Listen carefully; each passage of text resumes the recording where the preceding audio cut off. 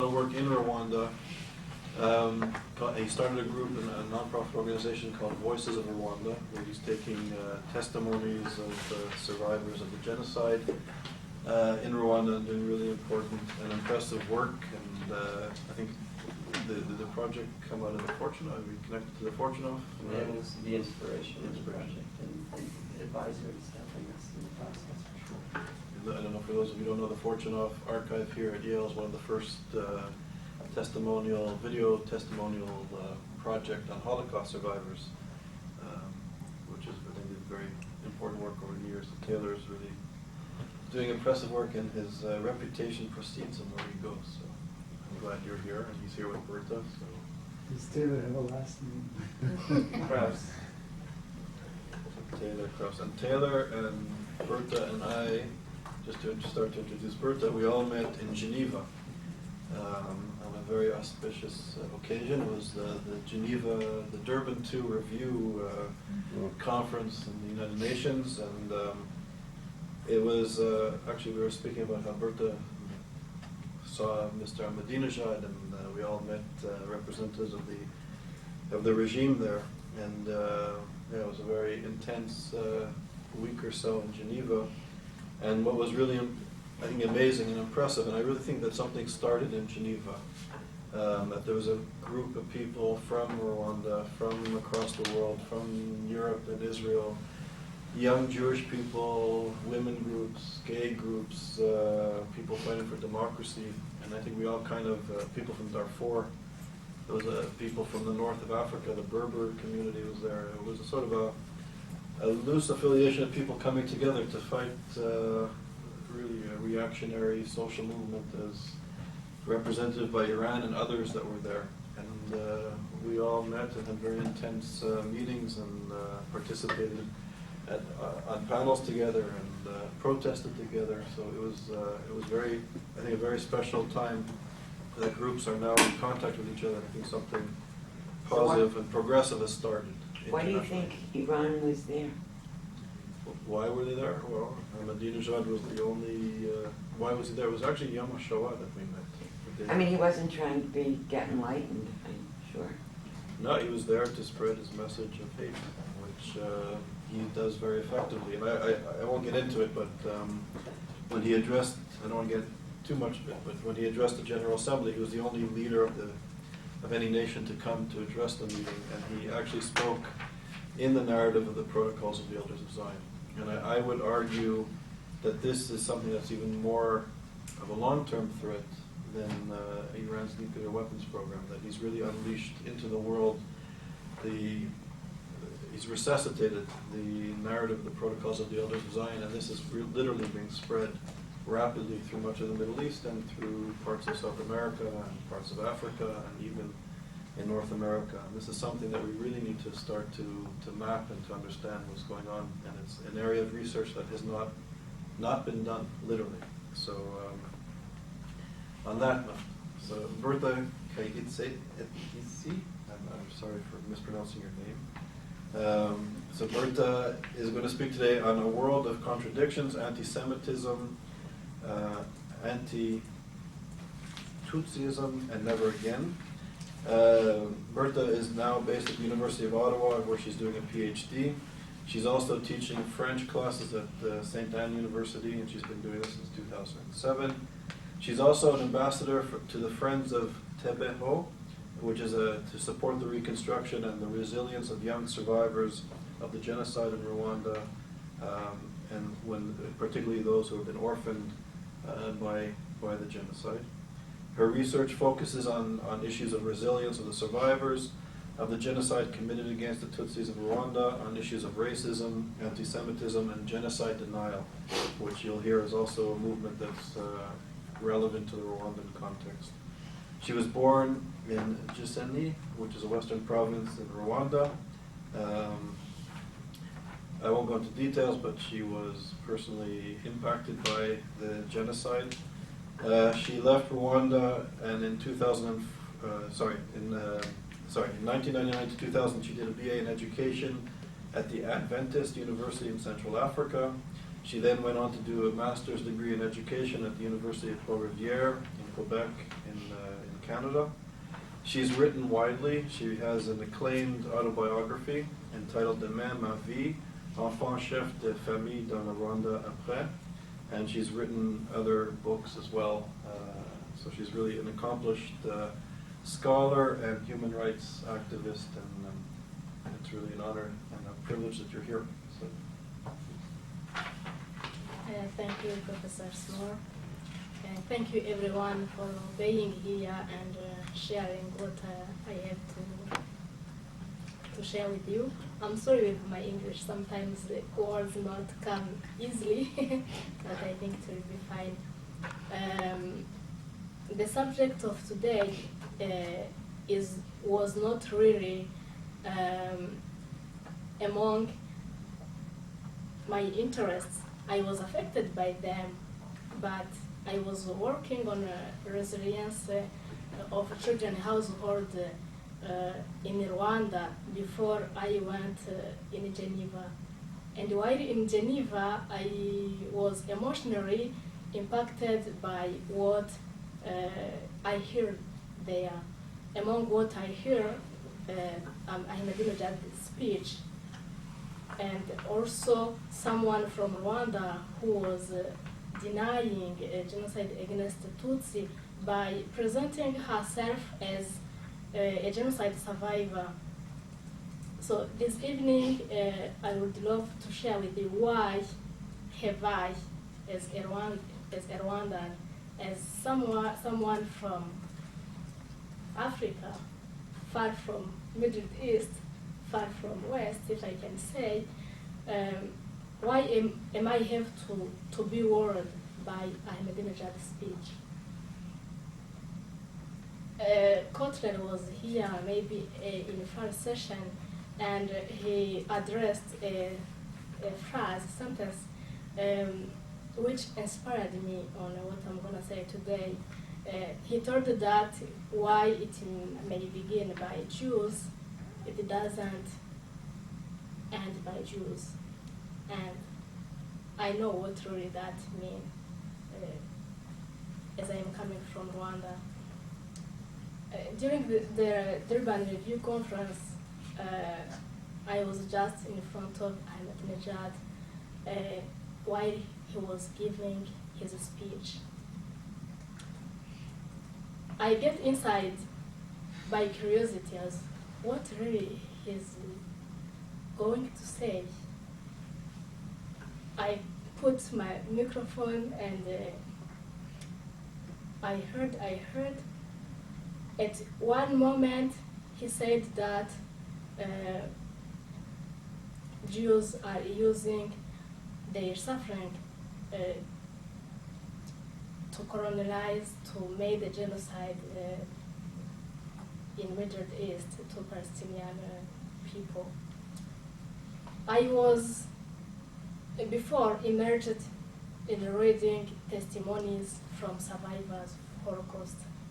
I had read primarily the testimonies. I had read Robert Antalme one. I had read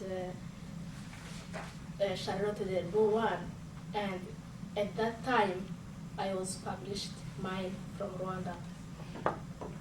And when I heard him saying that suffering was a pretended suffering, I feel, even if I am not a Jew, I feel like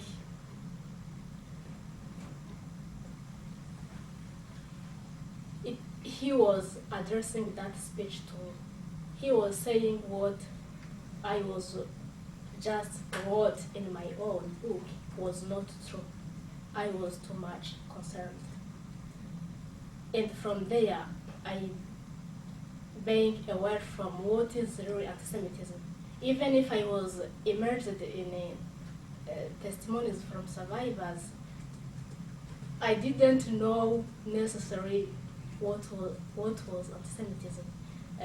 Many testimonies are focused on period of persecution, but not the whole process which bring people to the camp, the concentration camp.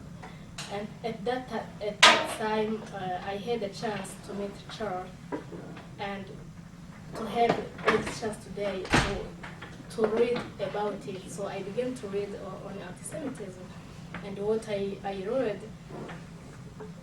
I found that it was a very big. I didn't yet found a term which can really help me to express my emotion and what I felt during my reading about anti-Semitism. Or what I think you are more informed than I about this subject. But I realized that it is not a concern for Jewish community. It is for all of us. When we first during the review conference, it was a call for a rising Israel. And as we know, nothing can happen one time in history. In Rwanda in 1994, it was 15 years after Holocaust. So today, if we don't react, if we don't get engaged, if what Ahmadinejad is saying comes true, what will happen to others? I don't think that, I'm not saying that things are copying from which one context to another, but historically there are many variations, but that variations don't mean that things are not happening. Things happen differently, but are somehow called same thing. What I didn't like in Ahmadinejad's speech, many things. I didn't like when he used word genocide by denying Holocaust. As we know, the word genocide came from Holocaust.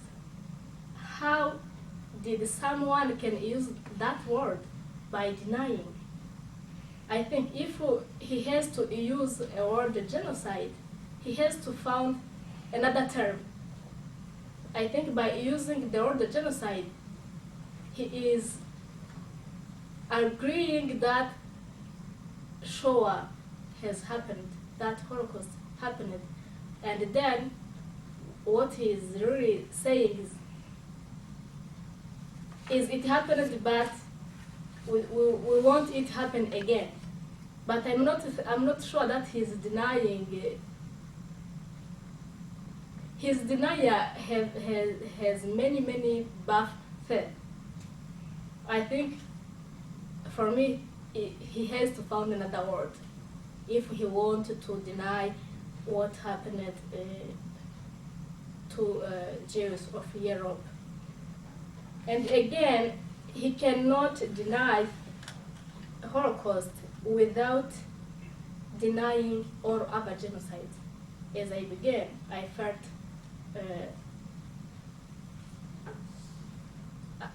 his speech was directed to me.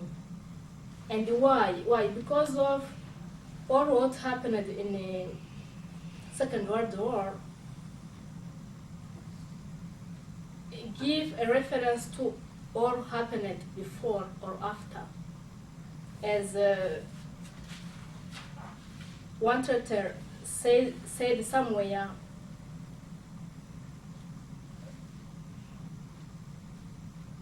Shoah is, or the literature did around Shoah, gives all other genocide a way to be defined. So by denying the Shoah, all genocide are denied in some way. That is why we have really to be all worried. I'm gonna just read the sentence of one traitor. The start of the 20th century was marked by the Armenian genocide. in 1955, immediately followed by the World War I, then by the Shoah, and more recently by the long line of Cambodian, Rwandan, and Yugoslavian genocides, to name a few. However, the Shoah remains in this century the paradigm of social and psychological catastrophe. The experience acquired through the testimonies of survivors of Shoah allows us to understand other extreme experiences, whether they be posterior or anterior. The scale of the catastrophe and the scale of the studies dedicated to it, and which continue to grow, make up a fundamental corpus for the understanding of genocide phenomena, which, for that matter, annoys some who periodically attempt to sit on the destruction of the Jews of Europe by the Nazis. So, as I said,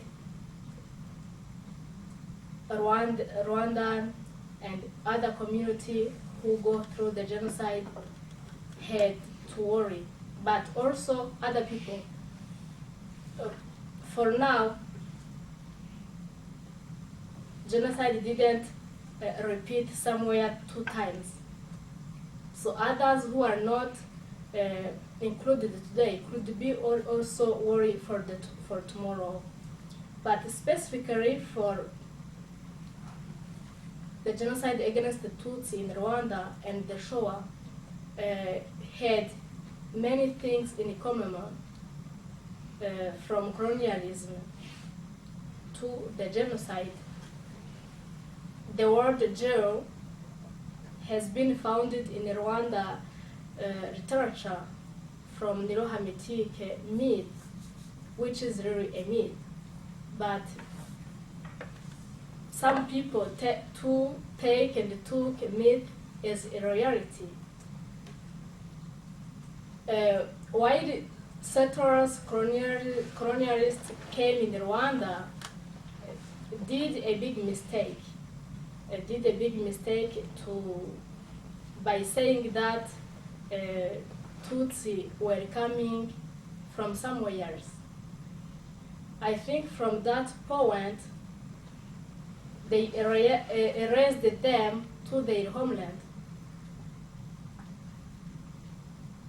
And symbolically, they killed them, if I can say that. Later, that myth from coming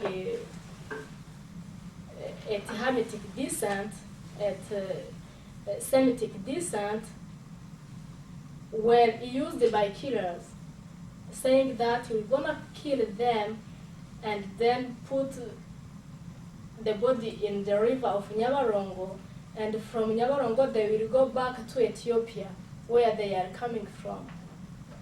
So for the first time, I think anti-Semitism has a small meeting with anti-Tutsism, but I cannot say that it was anti-Semitism as we had it in the West.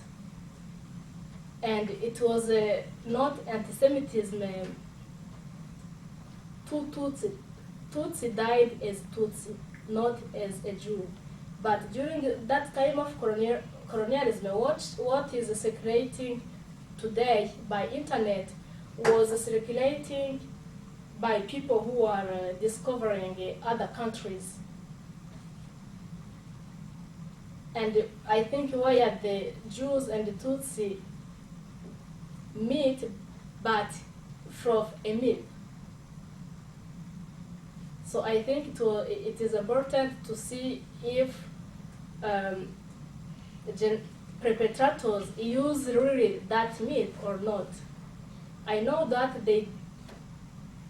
by persecuting Tutsi, they persecuted them as Tutsi, not by Jews.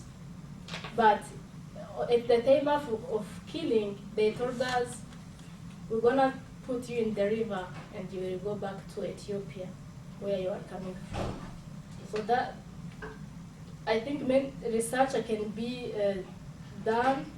We will never know, as perpetrators has really their own truth. which we cannot discover easily. But studies can be, I think it is necessary to go through studies and continue to discover what is really that mean. But today, many researchers interested in Rwandan genocide are also use Shoah as a framework. But I think also it is necessary to take to be careful, not fusing a memory for genocide in another, but also acknowledging which is common in the both experiences.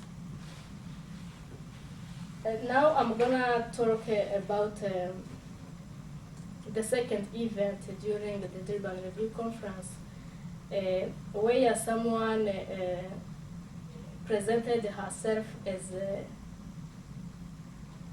a victim of genocide against Tutsi in Rwanda, while his father used to discriminate and exclude the children, Tutsi children in schools. It is a logic, a normal logic. After a genocide, I don't know what happened in the mind of victims, no, perpetrators, but they wanted to be called victims. So in Geneva, we faced an event like that. He was invited to present a testimony as a survivor, but she was not. I found that it is very problematic because before the genocide there is a discrimination. During the genocide there is an elimination, and after the genocide, if the space of survivors are occupied by people from perpetrators, where is the place of a survivor? No one. It is like to erase her or him a second time. And as one person mentioned somewhere, testimony for survivors are helpful as they help them to recognize, to reconnect with life again by sharing those testimonies. So if they don't have space, what to do? That was another kind of denying, which is really present in Rwanda, but outside too. Survivors from Holocaust faced the same thing. And I don't know how to cope with that, but it is very, very problematic. I think we have to think about it. We have to see how that space has not to be occupied by people who are not really survivors. But in Rwanda, I think there is another problem. Killers and survivors shared the language, shares culture, shares almost everything. And many children who had parents as perpetrators, it is very difficult to manage with their parents. And I think they are trying to found a refugee in the victims' community. It is another problem, but which is somehow, we can understand it, but how to overcome it. I think we have just to think about it.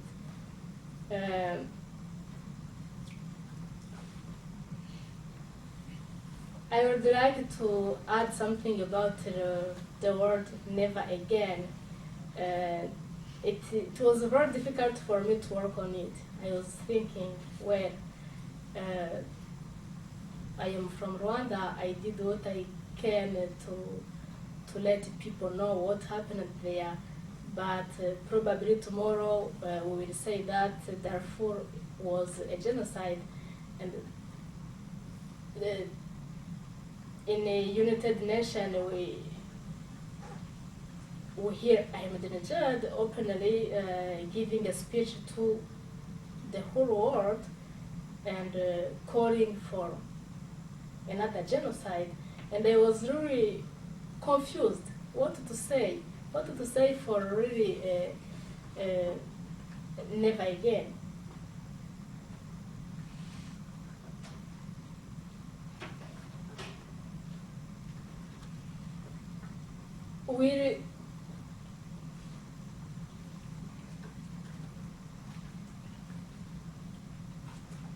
Yeah, it is still difficult for now to. I tried to write. I tried to find what others wrote, but it is still not enough for me. There a Senegalese writer who said that a genocide is not a conceived event, and something you cannot conceive, it is not easy to represent it to yourself. And I think Primo Levi also in one of his book said it. He said that before the Holocaust, message were there, message calling for the genocide were there, but it was too big to believe it. So are we in the same way? Are we thinking that it is too big to react? So that I think it was one of response.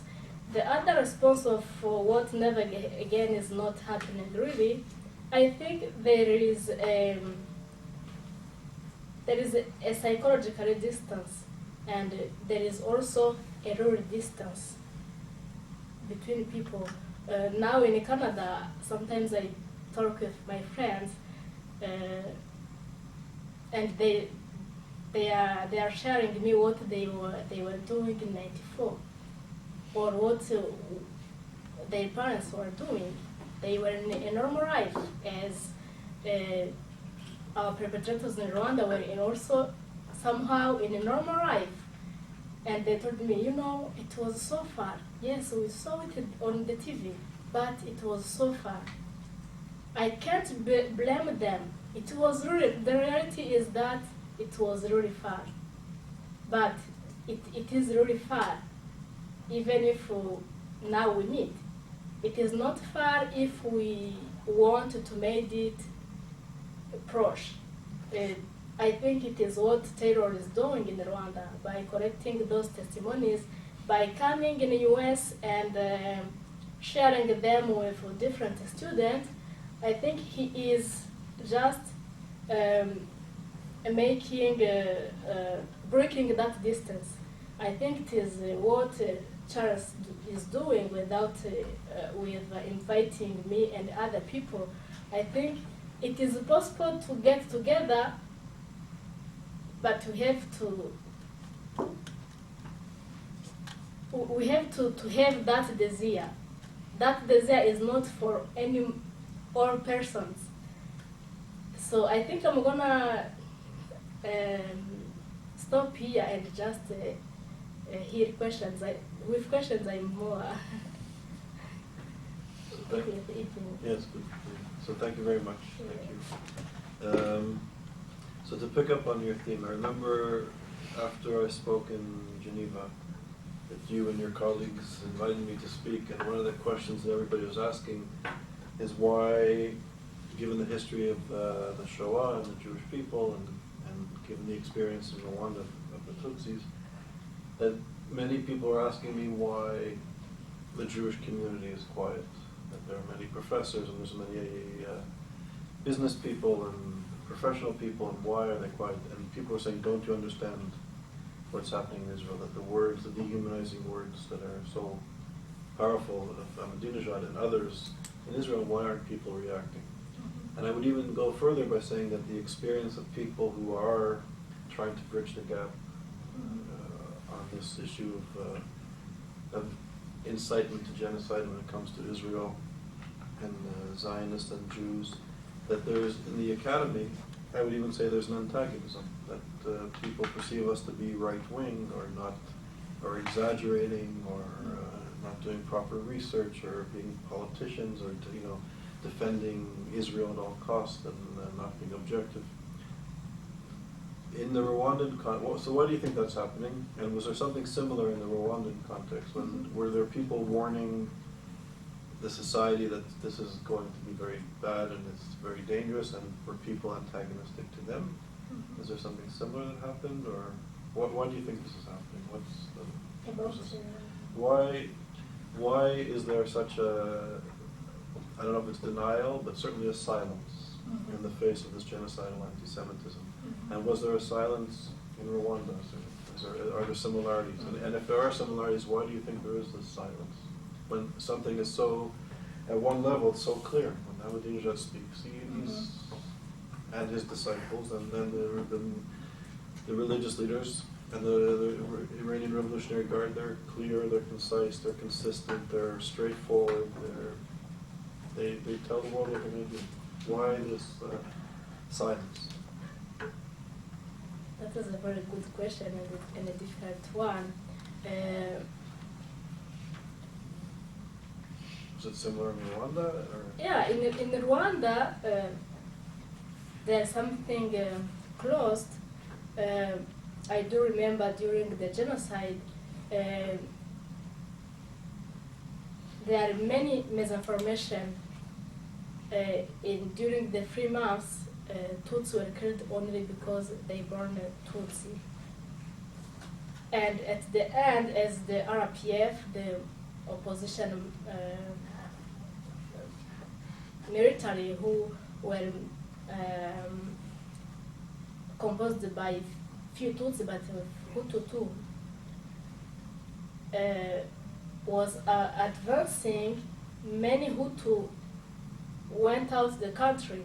There are a big humanitarian cases, and then the world, I think, forgotten very easily the 3 months, and response the more on the crisis of refugees. And among those refugees in Congo, they were many killers. I think Bernard-Henri Lévy from France wrote a book about it by saying, during that crisis, we closed our eyes from the true genocide. And I think media and humanitarian could really, by helping, it's okay to help people who are refugees, but they do know that among all those refugees, they were many killers. So later, all those killers, after the genocide was end up, the killers were in Congo, and after there was the war in Congo, and now these wars are very criticized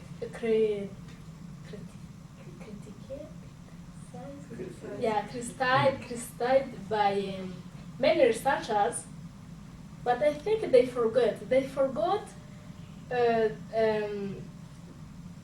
the international responsibility.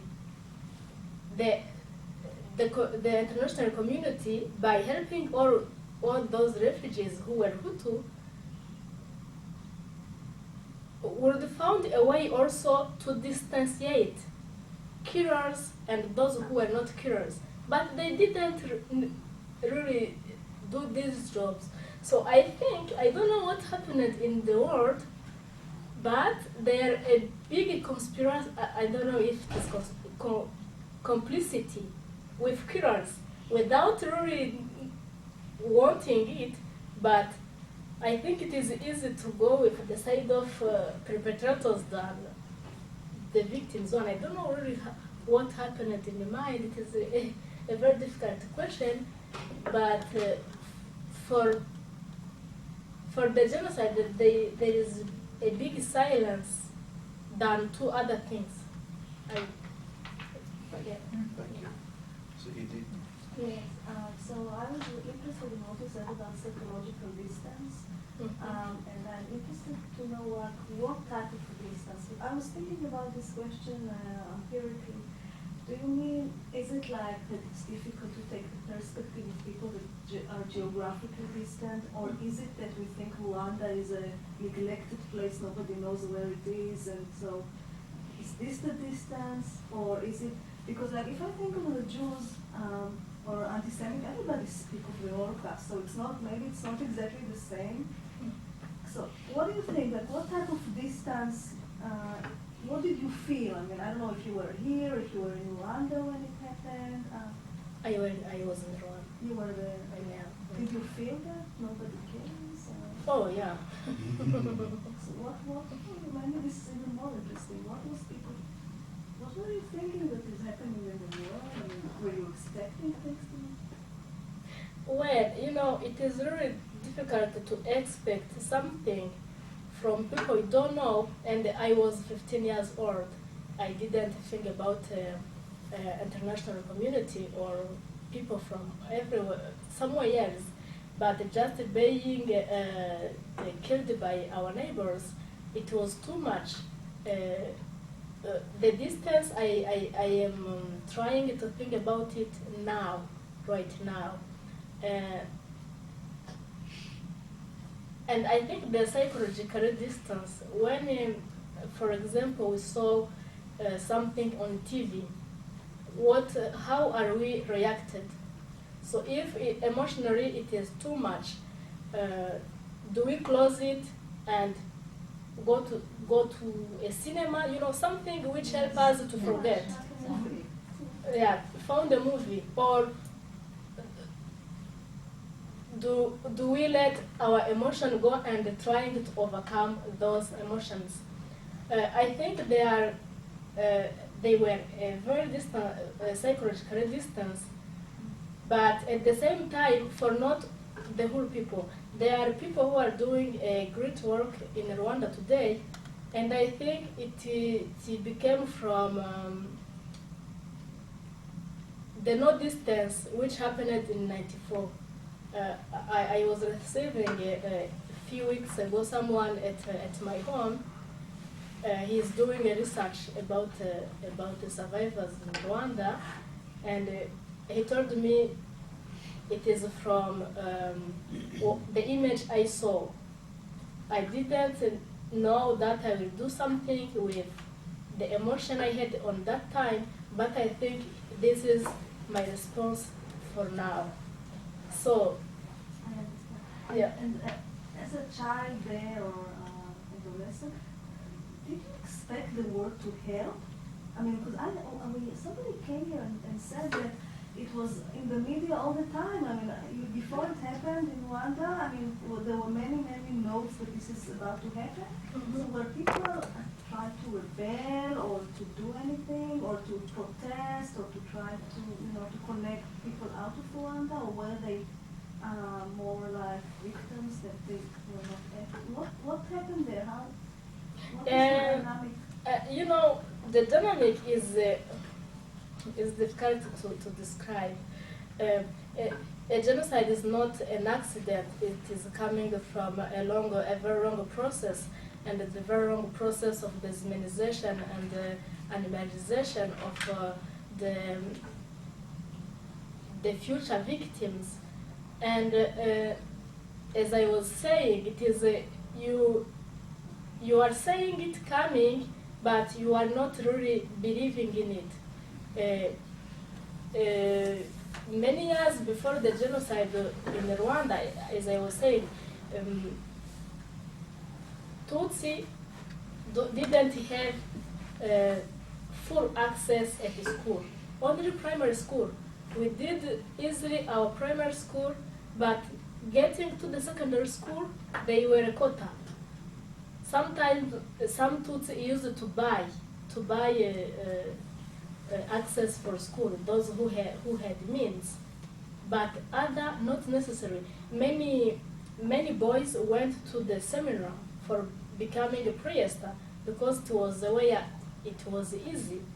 Other went outside of Rwanda, studying there in remote countries where they were other Tutsi refugees from the years of 1950. So all that is a preparation. How do we manage to accept that we don't have to go to school as others, even if we have good notes as others? That is a kind of dehumanization at a point. Also, when a parent are asking to his boy, don't play with that boy, he is a crocodile. That is an animalization. So when a genocide, that preparation, I think it is both for the future victims and also for those who will be perpetrators. And when it come, somehow for Tutsi who were in Rwanda, it was like, that is our day. Now we are going to be killed. And it was very easy also for the perpetrators to go to the job. But I cannot say that they were not a resistance. I think they were a resistance, but who were more who was more psychological than physical. It was not easy as it was perpetrated by the government, and the government is very powerful. It is not easy to react on it, but by trying to study, even if you don't have easy access, by just keeping in life, keeping going in life, it was a kind of resistance, even if it doesn't help during the genocide. I don't know if I respond well. That's all really important to us. Yeah, I was just going to add that it is strange. I mean, there has been outrage here and around the world about Darfur. And yet with everything, the most potent things we've been able to do were economic sanctions. Politics turned out to be more powerful than ethics or morality, and it seems not to matter about world outrage if there is no political appetite and collaboration at the UN Security Council to go in, and no country will go in alone, which is, to me, disgraceful. But it's the way it works. I don't remember that kind of outrage with any other genocide. Perhaps because of Rwanda and people realizing that they did not really hear it, didn't really tune into it until it was too late. It set the stage for the international general community to be so outraged about Darfur. I don't know, it's an interesting dilemma, but I certainly know with all of the people I know who have been working around the Darfur issues, it is enormously frustrating. Do you want to speak about the role of the UN in the genocide of Rwanda? Disaster. Yeah, I think the UN closed their ears, not because they didn't know, they Right. knew. Yeah. they knew and they let it happen. They were many calls from Romeo Dallaire, who was in Rwanda, and they prefer to take their soldiers from Rwanda. While during the big period of killings, they took out their soldiers and let us being killed. When I was invited in Geneva, I was thinking, really, I'm gonna enter in that house, in that institution.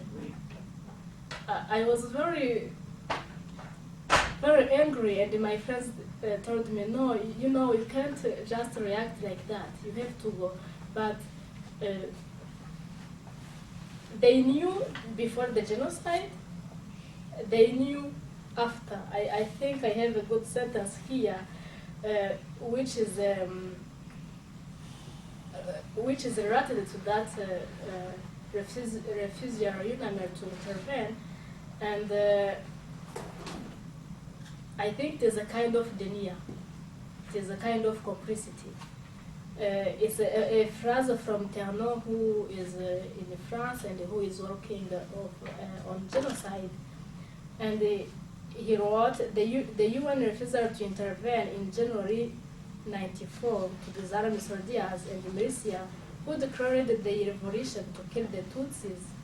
The withdrawal of UNAMIR troops in April 1994, UN's refusal to order a vast peacekeeping operation in April and May, the refusals of the Security Council to identify the massacres as a genocide, the declaration of heads of state and the high-ranking Western officials speaking about the genocide had just taken place in terms of double genocide, comparing the exile of Hutus ordered by the Hutu power and the humanitarian disaster that it engendered to another genocide.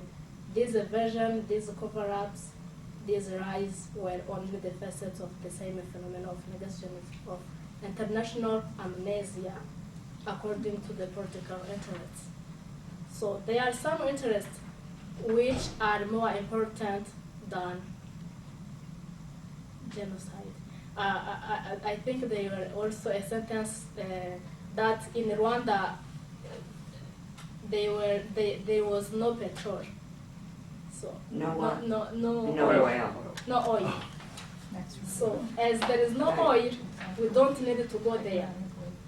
It is just people who are dying and so. You may have seen that the president of France was in Rwanda the past couple of days and apologized for, he actually admitted to error. I don't know exactly what he said, but he went willing to talk about this on the basis of France had erred. What I wondered about is in those, you left Rwanda in 1999, did Charles say, or a little bit later? Sorry? When did you leave Rwanda? I leave Rwanda in 2004. Okay. Well, let's take a 5-year period, 5 years after the genocide. Can you perhaps describe to us what was happening,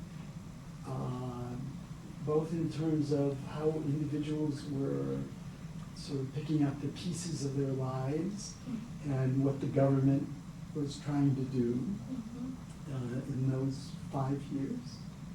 I mean, you can go beyond, but... Yeah, I can try.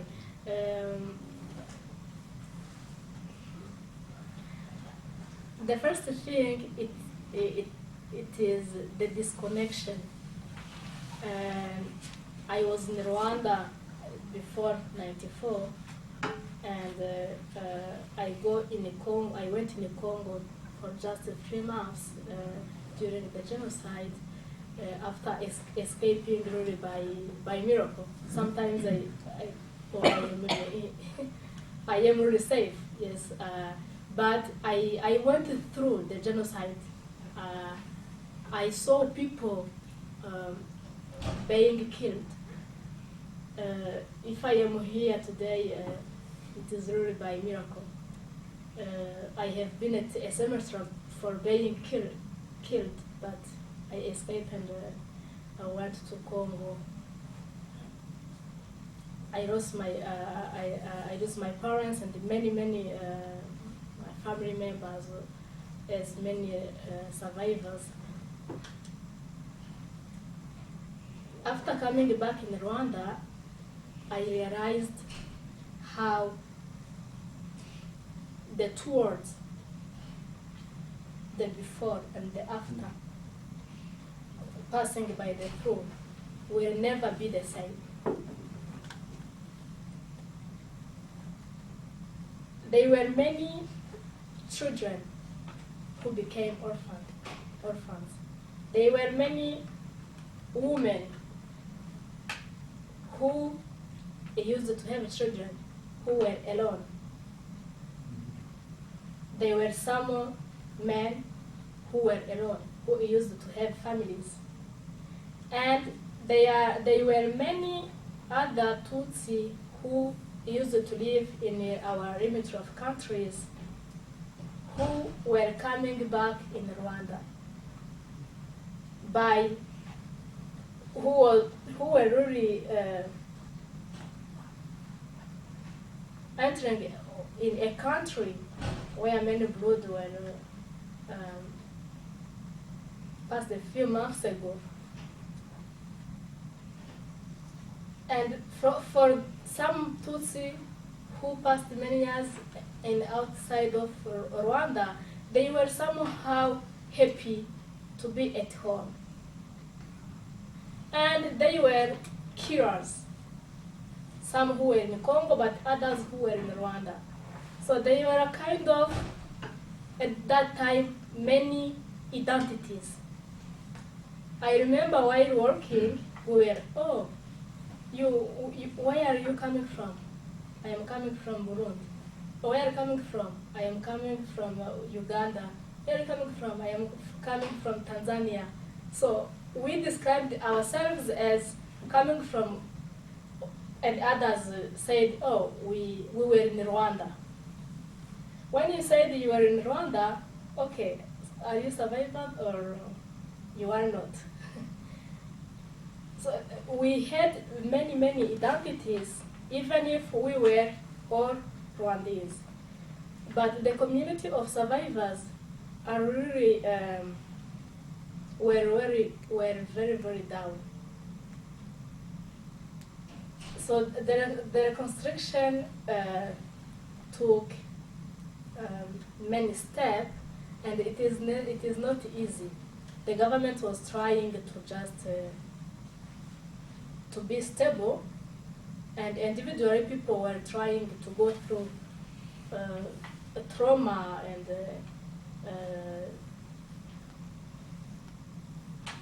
needs of life. But it was another kind of life.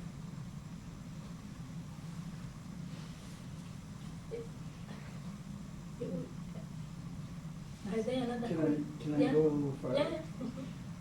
The government eventually developed these, and I'm mispronouncing it, I'm sure, the gotcha courts. Gachacha courses? Those courts. How do you think they work reasonably well? Oh, that is a huge question for me. I refused to go through Gachacha. I think politically, it is not easy for me to criticize the church, but personally, I can. Politically, the government was facing a huge difficulty. Many killers in the prisons, and they had to find something to. Yeah, they have to manage all those prisons. They do have to find a solution. Mm. So they bring up that traditional justice, which was not really for cases like genocide case. And what the way it is going on, I don't know really if it is helpful for survivors or even for perpetrators. Even if I don't mind perpetrators, but I'm not sure if it is helpful too. It is like we are here, like this evening, and probably Taylor killed my father, and he has to go up and address it to me how he did it, or I have to say how I saw him killing my parents. He can say, no, I do never know your parents, you are lying. In front of an assembly who came for that.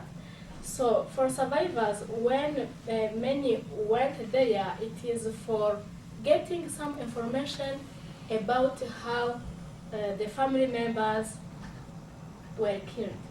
Because many people know that their family members died, but they don't know where. They don't know where the body were put during the genocide. So when they go in the full gacaca, they can have some information.